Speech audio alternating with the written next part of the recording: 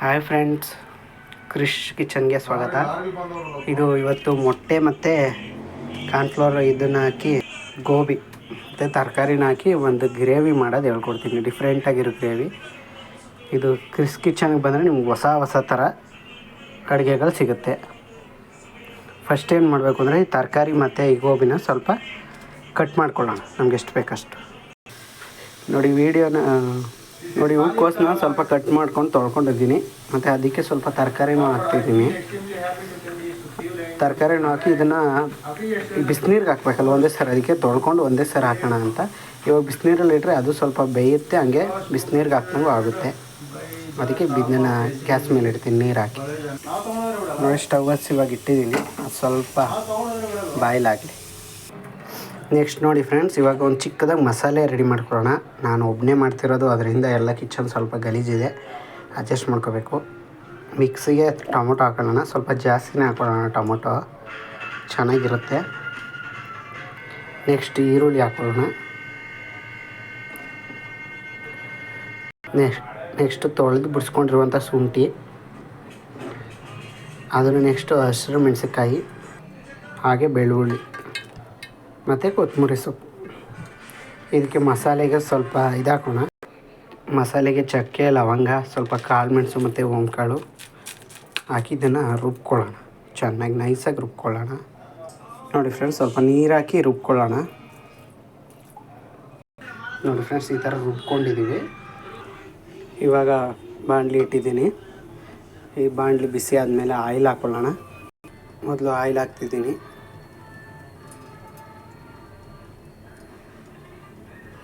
ಚಕ್ಕೆ ಮತ್ತು ಲವಂಗ ಸ್ವಲ್ಪ ಹಾಕೋಣ, ಮಸಾಲೆಗೂ ಹಾಕಿದ್ದೀವಿ ಅದಕ್ಕೆ. ಅದಾದಮೇಲೆ ಒಂದು ಸ್ಪೂನ್ ಜೀರಿಗೆ, ಆಮೇಲೆ ಸಾಸಿವೆ, ಕರಿಬೇವು ಬೇಕು ಅಂದರೆ ಹಾಕ್ಬೋದು, ಬೇಡ ಅಂದರೆ ಸ್ಕಿಪ್ ಮಾಡ್ಬೋದು ಕರಿಬೇವನ್ನ. ಅದಾದಮೇಲೆ ಹಸಿರು ಮೆಣಸಿನ್ಕಾಯಿ ಹಾಕೋಣ. ನೆಕ್ಸ್ಟ್ ಈರುಳ್ಳಿ, ನೆಕ್ಸ್ಟು ಟೊಮೊಟೊಗೆ ಸ್ವಲ್ಪ ಅರಿಶಿನ ಪುಡಿ ಹಾಕೋಣ, ಚೆನ್ನಾಗಿರುತ್ತೆ. ಮತ್ತು ಒಂದು ಸ್ಪೂನ್ ಉಪ್ಪು ಹಾಕೋದ್ರಿಂದ ಟೊಮೊಟೊ ಚೆನ್ನಾಗಿ ಬೇಯುತ್ತೆ. ಆಮೇಲೂ ಉಪ್ಪು ಹಾಕೋಬೋದು. ಮತ್ತು ಈ ಟೊಮೊಟೊ ಇದಕ್ಕೆ ಖಾರದ ಪುಡಿ ಅಂದರೆ ಚಿಲ್ಲಿ ಪೌಡ್ರ್, ಇದು ಸ್ವಲ್ಪ ಗರಂ ಮಸಾಲ ಮತ್ತು ಧನಿಯಾ ಪುಡಿ ಎಲ್ಲ ಹಾಕಿ ಫ್ರೈ ಮಾಡ್ಕೊಳ್ಳೋಣ. ಆಯಿಲಲ್ಲೇ ಫ್ರೈ ಮಾಡೋದ್ರಿಂದ ಸ್ವಲ್ಪ ಟೇಸ್ಟ್ ಚೆನ್ನಾಗಿರುತ್ತೆ. ನಾವು ಮಸಾಲೆ ಕಡಿಮೆನೇ ಹಾಕಿದ್ದೀವಿ, ಯಾಕೆ ಅಂದರೆ ಇದಕ್ಕೂ ಗರಂ ಮಸಾಲೆ ಎಲ್ಲ ಹಾಕಿದ್ದೀವಲ್ಲ, ಅದಕ್ಕೋಸ್ಕರ. ನೋಡಿ ಇವಾಗ 2 ಮೊಟ್ಟೆ ಇದಕ್ಕೆ ಹಾಕ್ತೀನಿ, ಡ್ರೈಯಾಗಿ ಹುರ್ಕೊಳ್ಳೋಕ್ಕೆ. ನೆಕ್ಸ್ಟು ಸಾಂಬಾರು ಮುಂದೊಂದು ಥರ ಡಿಫ್ರೆಂಟಾಗಿ ಮಾಡ್ತೀನಿ, ಮುಂದೆ ಹಾಗೆ ಸಾಂಬಾರು ನೋಡಿದ್ರೆ ಗೊತ್ತಾಗುತ್ತೆ ನಿಮಗೆ. ಮೊಟ್ಟೆ ಹಾಕಿದ್ದೀನಿ ನೋಡಿ, ಅದನ್ನು ಲೈಟಾಗಿ ಫ್ರೈ ಮಾಡೋಣ. ಸ್ವಲ್ಪ ಲೈಟಾಗಿ ಸಾಕು, ಜಾಸ್ತಿ ಏನು ಬೇಡ. ಅದು ಸೆಂಟ್ರಲ್ಲೇ ಮಾಡಿಕೊಂಡ್ರೆ ಸ್ವಲ್ಪ ಮಸಾಲ ಹಾಗೆ ಉಳಿಯುತ್ತೆ. ಈ ಥರ ಡ್ರೈ ಆಗೋ ಥರ ಆ ಮೊಟ್ಟೆನ ಸ್ವಲ್ಪ ಹುರ್ಕೊಂಡು ನೆಕ್ಸ್ಟು ತರಕಾರಿ ಇದು ಹಾಕೋಣ. ನಾವು ಆಡಿಸ್ಕೊಂಡಿದ್ವಲ್ಲ ಆ ಮಸಾಲ ಹಾಕೋಣ. ನೋಡಿ ಆಡಿಸ್ಕೊಂಡಿರೋ ಮಸಾಲ ಹಾಕ್ತಿದ್ದೀನಿ. ಇವಾಗ ಆ ಮಸಾಲನ ಸ್ವಲ್ಪ ಹಾಗೆ ಹುರ್ಕೊಳ್ಳೋಣ, ಏಕೆಂದರೆ ಅದು ಹಸಿ ಸ್ಮೆಲ್ಲೆಲ್ಲ ಹೋಗಬೇಕು, ಆ ಥರ ಹುರ್ಕೊಳ್ಳೋಣ. ನೋಡಿ ಫ್ರೆಂಡ್ಸ್, ಈ ಥರ ಮೇಲೆ ಚೆನ್ನಾಗಿ ಅದನ್ನು ಫ್ರೈ ಮಾಡಿಕೊಂಡು ಬೇಯಿಸ್ಕೊಂಡಿದ್ವಲ್ಲ ಆ ತರಕಾರಿ ಹಾಕೋಣ. ಬೇಯಿಸ್ಕೊಂಡಿದ್ದ ತರಕಾರಿ ಎಲ್ಲನೂ ಹಾಕೋಣ. ಇವಾಗ ನೋಡಿ ಎಲ್ಲ ತರಕಾರಿನೂ ಹಾಕ್ತಿದ್ದೀನಿ, ಅದನ್ನು ಹಂಗೆ ಫ್ರೈ ಮಾಡ್ಕೊಳ್ಳೋಣ. ಅದಕ್ಕೆ ಹಾಗೆ ನೀರು ಹಾಕ್ಕೊಂಡು ಆ ಮಿಕ್ಸಿಲಿ ಆಡಿಸಿದ ಮಿಕ್ಕಿತ್ತಲ್ಲ ಅದೇ ನೀರು ಹಾಕ್ತಿದ್ದೀನಿ, ತೊಳೆದೇನು ವೇಸ್ಟ್ ಮಾಡೋದು ಬೇಡ ಅಂತ. ಅದನ್ನು ಹಂಗೆ ಸ್ವಲ್ಪ ಫ್ರೈ ಮಾಡ್ಕೊಳ್ಳೋಣ. ಇದಕ್ಕಿನ್ನೂ ನೀರು ಹಾಕಬೇಕು.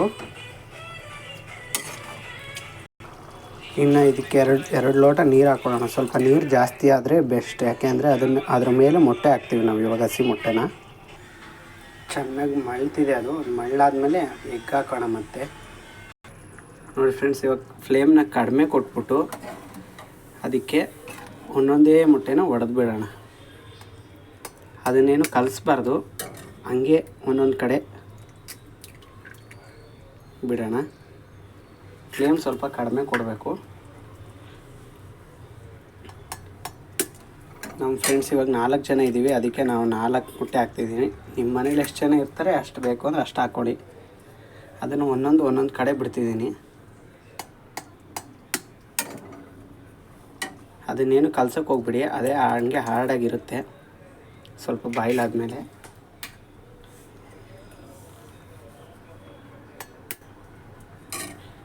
ಫ್ಲೇಮ್ ಕಡಿಮೆ ಕೊಟ್ಕೊಂಡು ಒಂದು 10 ನಿಮಿಷ ಅದನ್ನು ಮುಚ್ಚಿಬಿಡೋಣ. ಆಮೇಲೆ ಒಳ್ಳೆ ಸೂಪರ್ ಸಂಗ್